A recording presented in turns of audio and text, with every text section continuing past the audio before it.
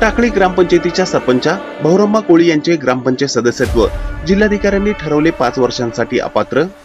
राजशेखर मल्लिकार्जुन गायगोळी राहणार बाळगी तालुका दक्षिण सोलापूर यांनी टाकळी ग्रामपंचायतीच्या सरपंच बहुरम्मा कोळी उर्फ बहुरम्मा खंडप्पा खडाकडे राहणार टाकळी तालुका दक्षिण सोलापूर यांच्या विरुद्ध महाराष्ट्र ग्रामपंचायत अधिनियम 1958 चे कलम 14 ब अन्वये जिल्हाधिकारी यांच्या न्यायालयात विवाद अर्ज दाखल केले होते। जिल्हाधिकाऱ्यांनी दिनांक 19 मार्च 2024 रोजी बहुरम्मा कोळी यांचे टाकळी ग्रामपंचायतीचे सदस्यत्व रद्द घोषित केले।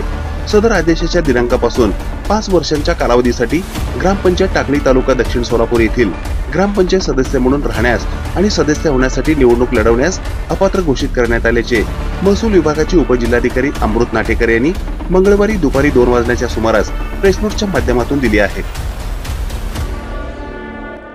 ही बातमी संकलित केली आहे संपादक गुरु गायकवाड यांनी।